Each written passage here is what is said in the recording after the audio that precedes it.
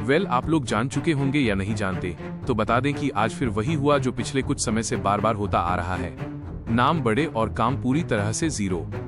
भारतीय पारी शुरू होती है और रोहित शर्मा क्रीज पर आते हैं। उम्मीद होती है आज रोहित तूफान लाएंगे, लेकिन 13 गेंद सिर्फ 11 रन और फिर एक आसान सा कैच, 2 चौके मारकर आउट होना। ये रोहित शर्मा का स्टैंडर्ड नहीं है। इसके बाद आते हैं कप्तान शुभमन गिल।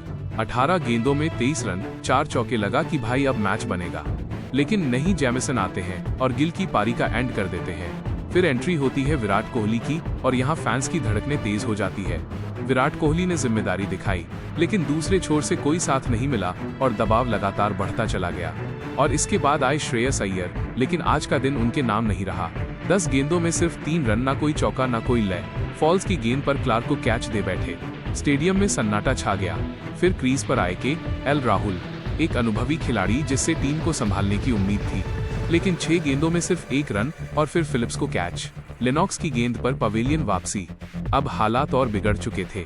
ये सिर्फ एक मैच नहीं है, ये सिस्टम की पोल खोलता है। हर मैच में वही चेहरे, वही फ्लॉप शो और फिर भी सिलेक्शन में कोई बदलाव नहीं। कहाँ है बैकअप, कहाँ है डोमेस्टिक का परफॉर्मर? क्यों हर बार फेल होने वालों को ही खिलाया जाता है? ये इंटरनेशनल क्रिकेट है भाई, यहाँ नाम नहीं परफॉर्मेंस चलती है। आज भारतीय बल्लेबाजी पूरी तरह एक्सपोज हो गई। कोई पार्टनरशिप नहीं, कोई इंटेंट नहीं और कोई मैच जिताने वाली पारी नहीं। और फिर हम पूछते हैं हार क्यों गए, जब top order fail, middle order fail और लोअर ऑर्डर से उम्मीद ही नहीं। अब बात करते हैं शुरू से। तीसरे वनडे मुकाबले में न्यूजीलैंड ने भारत का ऐसा सफाया किया जिसे भारतीय फैंस लंबे समय तक भूल नहीं पाएंगे। भारत बनाम न्यूजीलैंड 3 मैचों की ओडीआई सीरीज का आखिरी मुकाबला। और जब न्यूजीलैंड की पारी खत्म हुई तो एक बात बिल्कुल साफ थी, न्यूजीलैंड के बल्लेबाजों ने भारतीय गेंदबाजों की धज्जियां उड़ा दी। शुरुआत जरूर टीम इंडिया के पक्ष में थी। पहले ही 5 रन पर न्यूजीलैंड के 2 विकेट गिर चुके थे। हेनरी निकोल्स पवेलियन लौट गए। डेवॉन कॉनवे भी सिर्फ 5 रन के स्कोर पर आउट हो गए। इसके बाद विलियमसन भी ज्यादा देर क्रीज पर नहीं टिक सके। 58 रन पर न्यूजीलैंड के 3 विकेट गिर चुके थे। उस वक्त ऐसा लग रहा था कि बस अब तो मैच यहीं से भारत की पकड़ में है। लग रहा था कि न्यूजीलैंड को 225 या फिर 250 तक रोक लिया जाएगा। लेकिन दोस्तों, इसके बाद जो आया वो था तूफान, और उस तूफान के नाम थे डेरिल मिचेल और ग्लेन फिलिप्स। तीसरा विकेट गिरते ही इन दोनों बल्लेबाजों ने भारतीय गेंदबाजी पर ऐसा हमला बोला कि हर ओवर में रन बरसने लगे। कुलदीप यादव की पहली ही गेंद पर डेरिल मिचेल ने जो मारा वो सिर्फ एक शॉट नहीं था, वो भारतीय गेंदबाजों के हौसले तोड़ने वाला पल था। यहीं से भारत की गेंदबाजी पूरी तरह बिखर गई। अगर बात करें विकेट लेने वाले गेंदबाजों की, तो सवाल उठता है रविंद्र जडेजा आखिरी बार में विकेट कब ले पाए थे। कुलदीप यादव पूरी सीरीज में फ्लॉप रहे, प्रदर्शन शून्य, फिर भी हर मैच में वही खिलाड़ी, वही कॉम्बिनेशन, कोई बदलाव नहीं। आज फिर वही हुआ जो पिछले कुछ समय से बार बार होता आ रहा है। नाम बड़े और काम पूरी तरह से जीरो। भारतीय पारी शुरू होती है और रोहित शर्मा क्रीज पर आते हैं। उम्मीद होती है आज रोहित तूफान लाएंगे, लेकिन 13 गेंद सिर्फ 11 रन और फिर एक आसान सा कैच, 2 चौके मारकर आउट होना। ये रोहित शर्मा का स्टैंडर्ड नहीं है। इसके बाद आते हैं कप्तान शुभमन गिल। 18 गेंदों में 23 रन, 4 चौके, लगा कि भाई अब मैच बनेगा। लेकिन नहीं, जैमिसन आते हैं और गिल की पारी का एंड कर देते हैं। फिर एंट्री होती है विराट कोहली की और यहाँ फैंस की धड़कनें तेज हो जाती है।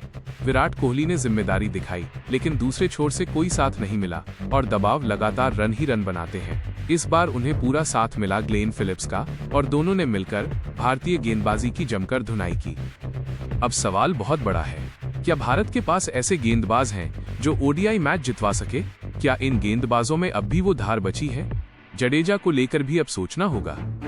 2027 वर्ल्ड कप तक एलके वो ओडीआई में फिट बैठते हैं। कुलदीप यादव महंगे साबित हो रहे हैं, विकेट नहीं मिल रहे। नीतीश रेड्डी को अब ऑलराउंडर मानना बंद करना होगा और नए विकल्पों की तरफ बढ़ना होगा। लेकिन दिक्कत यह है कि सिलेक्टर्स डोमेस्टिक क्रिकेट पर ध्यान ही नहीं दे रहे। वहीं 4-5 नाम उन्हीं को घुमाते रहो, उन्हीं से टीम बनाते रहो। नतीजा तीसरे वनडे में भारत का पूरी तरह सफाया। न्यूजीलैंड के बल्लेबाजों की जितनी तारीफ की जाए कम है। ग्लेन फिलिप्स की शतकीय पारी और डेरिल मिचेल का शानदार शतक दोनों यादगार रहे। अब सारी नजरें थी भारतीय बल्लेबाजों पर, लेकिन एक के बाद एक विकेट गिरते के सबसे बड़े पलों में से एक का 92 गेंदों में 100 रन, 8 जबरदस्त चौके, 2 दमदार और एक नाम जिसने फिर से साबित कर दिया कि असली खिलाड़ी कभी फीका नहीं पड़ता, विराट कोहली। जब टीम पर दबाव का पहाड़ था, जब हर आंख उम्मीद से झांक रही थी, तब मैदान पर खड़ा था सिर्फ एक नाम, किंग कोहली। दोस्तों, ये शतक सिर्फ रनों का आंकड़ा नहीं है, ये उन सभी लोगों के लिए जवाब है जो कहते थे कोहली का दौर खत्म हो गया। लेकिन विराट कोहली की कहानी कभी खत्म नहीं होती। हर गेंद पर नियंत्रण, हर शॉट में क्लास और हर रन के साथ फैंस का जज्बा आसमान छूता रहा। विराट ने साबित कर दिया कि बड़ा खिलाड़ी हमेशा बड़े मैच में ही चमकता है। क्रिकेट सिर्फ खेल नहीं होता, कुछ लोगों के लिए ये जुनून होता है, कुछ के लिए ये जंग होती है। और विराट कोहली वो सिर्फ खिलाड़ी नहीं, वो एक प्रेरणा है। शेर घायल हो सकता है लेकिन सरेंडर कभी नहीं करता। याद रखिए, फॉर्म टेम्परेरी होती है लेकिन क्लास हमेशा परमानेंट रहती है, और यही क्लास का जीता जागता उदाहरण है विराट कोहली। जरा पीछे चलिए, उस दौर में जब हर सवाल एक ही था, क्या विराट का दौर खत्म हो गया? 3 साल तक, हाँ, पूरे 3 साल एक भी अंतर्राष्ट्रीय शतक नहीं। हर मैच से पहले, हर मैच के बाद बस एक ही चर्चाएं। अब वो पुराने विराट नहीं रहे, लेकिन कोई नहीं समझा कि शेर कभी कमजोर नहीं होता। और फिर आया वो दिन जिस दिन विराट का बल्ला बोल पड़ा। उस दिन सवाल खामोश हो गए, आलोचक चुप हो गए और शतक शतकों की लकीर बन गए। आज वही विराट कोहली 10,000 प्लस अंतर्राष्ट्रीय रन, ओडीआई क्रिकेट के नंबर 1 बल्लेबाज और 785 आईसीसी रेटिंग पॉइंट्स के साथ एक बार फिर अपने नाम कर लिया ओडीआई का ताज। लेकिन ये कहानी सिर्फ रन और रिकॉर्ड्स की नहीं है, यह कहानी है धैर्य की, हौसले की, कभी हार न मानने वाले जज्बे की। दोस्तों, जीवन में भी विराट की तरह खेलिए। जब सब आपको कम आके, जब दुनिया कहे अब तुम नहीं कर सकते, तब अपने भीतर के शेर को जगाइए, क्योंकि याद रखिए, लीजेंड गिर सकते हैं लेकिन खत्म कभी नहीं होते। विराट कोहली सिर्फ एक खिलाड़ी नहीं है, वो एक मोटिवेशन है, एक संदेश है कि संघर्ष चाहे कितना भी लंबा क्यों ना हो, कड़ी मेहनत और जुनून हमेशा जीतती है। तो उठिए, सपनों के लिए लड़िए। हर बार जब दुनिया कहे ना, तो आप कहिए मैं कर सकता हूँ। और यही है विराट कोहली की सबसे बड़ी सीख। हार को स्वीकार करो लेकिन हार मत मानो। समय बदलता है, लोग बदलते हैं, लेकिन जुनून हमेशा अमर रहता है। आज आप भी मैदान पर हैं, आप भी अपने जीवन का शतक बना सकते हैं। बस खुद पर विश्वास रखिए और खेलिए जैसे कि आप विराट कोहली हैं। लेकिन आज एक ही दिन क्रिकेट की दुनिया में 2 कहानियां लिखी गईं। एक कहानी ताज के फिसलने की और दूसरी कहानी एक राजा की वापसी की। वनडे सीरीज की शुरुआत होते ही रोहित शर्मा को लगा एक करारा झटका। रोहित शर्मा नाम बढ़ा, लेकिन आईसीसी की नई वनडे रैंकिंग ने उन्हें जमीन पर ला दिया। आईसीसी की ताज़ा रैंकिंग सामने आते ही रोहित शर्मा की नंबर 1 वाली बादशाहत को तगड़ा नुकसान हुआ। वो सिर्फ एक नहीं, सीधे 2 पायदान नीचे गिर गए। वहीं विराट कोहली आज क्रिकेट की दुनिया में एक बार फिर इतिहास ने करवट ली है। आज सिर्फ एक रैंकिंग अपडेट नहीं आया है, आज एक युग की वापसी हुई है। जी हाँ, नाम वही है विराट कोहली, और आज इस नाम ने पूरी दुनिया को फिर से याद दिला दिया है। किंग अभी भी जिंदा है और किंग अभी भी राज कर रहा है। करीब 4 साल, 4 लंबे, कठिन और सवालों से भरे साल, और अब आईसीसी वनडे रैंकिंग का ताज फिर से विराट कोहली के सिर पर सज चुका है। दोस्तों, करीब 1030 दिनों के इंतजार के बाद विराट कोहली एक बार फिर बन गए हैं दुनिया के नंबर 1 वनडे बल्लेबाज। ताज़ा आईसीसी ओडीआई रैंकिंग में विराट कोहली ने रोहित शर्मा को पीछे छोड़ते हुए ये टॉप पोजीशन हासिल की है। लेकिन कहानी सिर्फ यहीं खत्म नहीं होती। इसके साथ ही विराट कोहली ने एक ऐतिहासिक वर्ल्ड रिकॉर्ड भी बना दिया है। अब सवाल उठता है, रिकॉर्ड क्या है? विराट कोहली अब 8वीं बार आईसीसी के नंबर 1 वनडे बल्लेबाज बने हैं। दोस्तों, ये कोई साधारण आंकड़ा नहीं है, ये ऐसा रिकॉर्ड है जो आज तक दुनिया का कोई भी बल्लेबाज नहीं बना पाया। अब जरा थोड़ा पीछे चलते हैं और समझते हैं कि ये वापसी कितनी खास है। इस कहानी की शुरुआत होती है ऑस्ट्रेलिया से, सिडनी का वो आखिरी वनडे जहां विराट कोहली की आंखों में फिर से वही पुरानी भूख नजर आई। इसके बाद साउथ अफ्रीका दौरा, 3 मैच और लगातार दमदार पारियां, कहीं शानदार शतक तो कहीं 90 के आसपास की क्लासिक पारी। एक मैच तो ऐसा था जहां टीम का स्कोर ही पूरा नहीं बचा, वरना शतक वहां भी तय था। न्यूजीलैंड के खिलाफ भी 93 पर आउट, मतलब साफ था विराट रुकने वाले नहीं हैं। दोस्तों, विराट कोहली पर सवाल उठते रहे, कभी फॉर्म पर, कभी कमिटमेंट पर, कभी भविष्य को लेकर, लेकिन हर बार हर सवाल का जवाब मिला है रनों के साथ। 2026 की शुरुआत में ही फिर से नंबर 1। दोस्तों, ये वही विराट कोहली है जिन्हें कुछ वक्त पहले संन्यास की सलाह दी जा रही थी। कोई कह रहा था अब ये खत्म हो चुके हैं, कोई कह रहा था अगला दौरा आखिरी होगा, लेकिन किंग ने जवाब दिया बल्ले से। 2023 वर्ल्ड कप रन बरसे, चैंपियंस ट्रॉफी क्लास देखिए, लगातार वनडे मैच, कमाल का प्रदर्शन और नतीजा फिर से नंबर 1। अब अगर आंकड़ों पर आएं तो बहस की कोई गुंजाइश नहीं बचती। 310 वनडे मैच, 14,600 प्लस रन, 183 सर्वश्रेष्ठ स्कोर, औसत लगभग 58। आज के दौर में इतना ऊंचा एवरेज और इतनी निरंतरता किसी सपने से कम नहीं। पिछले साल विराट कोहली ने करीब 65 की औसत से रन बनाए। इस साल भी शानदार शुरुआत हो चुकी है।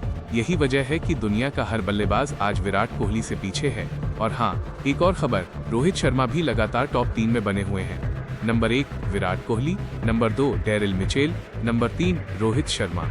लेकिन आज चर्चा सिर्फ एक ही नाम की है, विराट कोहली। 8वीं बार नंबर 1 क्रिकेट का असली किंग। जो लोग उन्हें खत्म मान चुके थे, विराट कोहली ने एक ही वापसी में सबको चुप करा दिया। लगातार शानदार पारियां, दबाव के पलों में बेहतरीन प्रदर्शन और टीम इंडिया की हासी से लगातार हम सीरीज खेल रहे हैं। हर 3-4-5 साल में न्यूजीलैंड आती है, लेकिन इंडिया उसे हराती। लेकिन ये पहला मौका है जब इंडिया हार गई। 2024 में इंडिया टेस्ट हारी थी। रोहित विराट की टेस्ट से विदाई हो गई। अब इंडिया वनडे में हार चुकी है और बहुत सारे सवाल हैं। सवाल रविंद्र जडेजा को लेकर है। जमाना गुजर गया, रन बनाए हुए विकेट निकाले। कुलदीप को लेकर है, इतना रीडेबल कैसे होगे। मिचेल को लेकर है, भाई इंडिया में कब तक मारते रहोगे। रोहित को लेकर 3 मैच रोहित, बहुत ही क्रूशियल टाइम चल रहा है। एज को लेकर ऐसे में सवाल हो सकते हैं। अय्यर को लेकर यहाँ भी नहीं चले आप।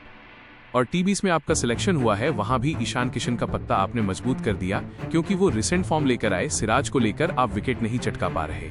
मतलब अगर हर्षित राणा और विराट कोहली को हटा दिया जाए तो फिलहाल इस टीम में कई सारे कसूरवार लगते हैं, जिनकी वजह से मैच हार रहे हैं। विराट द चेस मास्टर बताया कि ये अलग बात है, वो खामोश खड़े रहते हैं, पर जो बड़े हैं वो बड़े होते हैं। बड़े खिलाड़ी हैं और बड़े खिलाड़ी बड़े मौकों पर बड़ी परफॉर्मेंस करते हैं। विराट से बेहतर आज भी आपके पास कोई नहीं है। ये विराट कोहली ने यहाँ दिखा दिया। हर्षित ने बता दिया कि यार कितना दमखम उनमें है। हर्षित से एक बार मैंने पूछा था और ये कहा था मैंने कि लोग तुम्हें ट्रोल कर रहे हैं। उन्होंने कहा था भैया जवाब परफॉर्मेंस से दिया जाएगा, और हर्षित ने एक्चुअली में मतलब अपने आलोचकों को अपना मुरीद बना लिया।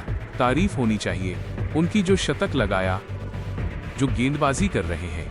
पेस इंडिया के फिलहाल वो सबसे बेहतर गेंदबाज और एक अच्छे बल्लेबाज भी नजर आ रहे हैं। 2 मैच में उन्होंने रन बनाए, बट इंडिया का हारना बहुत डिसअपॉइंटिंग है। न्यूजीलैंड की ये भी टीम थी जिसने 331 ठोक दिए। इंडिया 50 ओवर खेल नहीं पाई।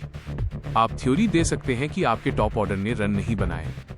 मिडिल ऑर्डर, आपका मिडिल ऑर्डर के विकेट आप निकाल नहीं पाते हैं, बट इट्स क्वाइट पेनफुल। 71 पे 4 थे हम, और 4 में आउट कौन कौन था। रोहित शर्मा, शुभमन गिल, श्रेयस अय्यर, केएल राहुल। ये बड़े नाम है भाई साहब, बहुत बड़े नाम है। हालांकि तारीफ विराट कोहली की जितनी तारीफ की जाए, well played Virat Kohli, well played Harshit Rana. 43 गेंद 52 रन, हर्षित राणा के 4 चौके 4, 99 की पार्टनरशिप। और मुझे लगता है कि उन्होंने टी20 में भी अर्शदीप सिंह को चैलेंज करना शुरू कर दिया कि भाई साहब मैं बैट से भी खेल रहा हूं। डैरिल मिचेल की जितनी तारीफ की जाए, 130 इंडिया के सामने, धर्मशाला में 134, मुंबई में, राजकोट में, इंदौर में। मतलब मिचेल इंडिया के सामने पता नहीं क्या यार, वो ऐसा लगता है जैसे ट्रेविस हेड ऑस्ट्रेलिया वाला है, ऐसे मिचेल न्यूजीलैंड वाला है।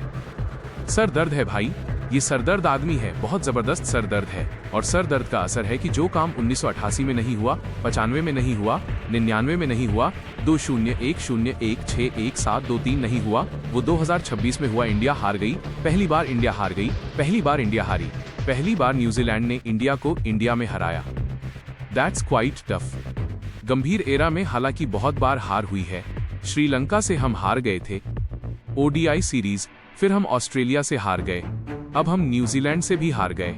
बटलर सीरीज, मतलब बहुत दुखद है कि पिछले कुछ समय में हम लगातार हार रहे हैं, और तब हार रहे हैं जब न रचिन रविंद्र है, न विलियमसन है, न हेनरी है। मतलब न्यूजीलैंड की टीम में अगर आप देखो तो लेनॉक्स का डेब्यू हुआ था, क्लार्क का डेब्यू हुआ था, कि तीसरी सीरीज थी, ए की चौथी सीरीज थी, और उस बी टीम ने इंडिया की प्रीमियम टीम को हरा दिया। गंभीर साहब एक कोच के तौर पर श्रीलंका हारे, न्यूजीलैंड से होम सीरीज हारे, टेस्ट 12 साल में पहली सीरीज हारे, साउथ अफ्रीका से हारे, बॉर्डर गावस्कर हारे, न्यूजीलैंड से ओडीआई सीरीज हारे। मतलब हम लोग कई बार सोचते हैं कि रोहित शर्मा पर एक मैच टीम में रहेंगे, बाहर करेंगे, बट गंभीर साहब कितने समय से हार रहे हैं। Shubman Gill as a captain, बहुत बड़ा मौका था उनके पास अपने आप को लेकर, बट वो भी कुछ खास इम्पैक्ट नहीं रहा। आधी कैप्टनसी रोहित ने की, कुछ विराट ने की, कुछ बाहर से गंभीर कर रहे थे। ये मैच आप सिर्फ विराट कोहली के लिए याद रखोगे। 54वीं ओडीआई सेंचुरी, 85वीं इंटरनेशनल सेंचुरी, चौथी सेंचुरी आखिरी 9 इनिंग में। मतलब अब वो होप और दे रहे हैं कि यार 100 शतक लगा दो। काफी मजाक उड़ाया था विराट का कि लंदन में सेटल्ड हो गए हैं, क्रिकेट के बारे में ध्यान नहीं है, पुराने हो गए हैं। बट अगेन मैं फिर कह रहा हूँ कि भाई साहब टेस्ट टीम में विराट को वापस ले आओ। ही ट्रूली डिजर्व, और उनसे बेहतर आपका कोई है नहीं, कोई नहीं है। आप उनकी पारियां देखो, आखिरी कुछ 74, 135, 102, 65, 93, 23, 100 प्लस आज भी। मतलब बटलर सीरीज जो डिसाइडर मैचेस है उसमें विराट क्या है, आखिरी 16 इनिंग में 784 रन है, 52 का एवरेज है।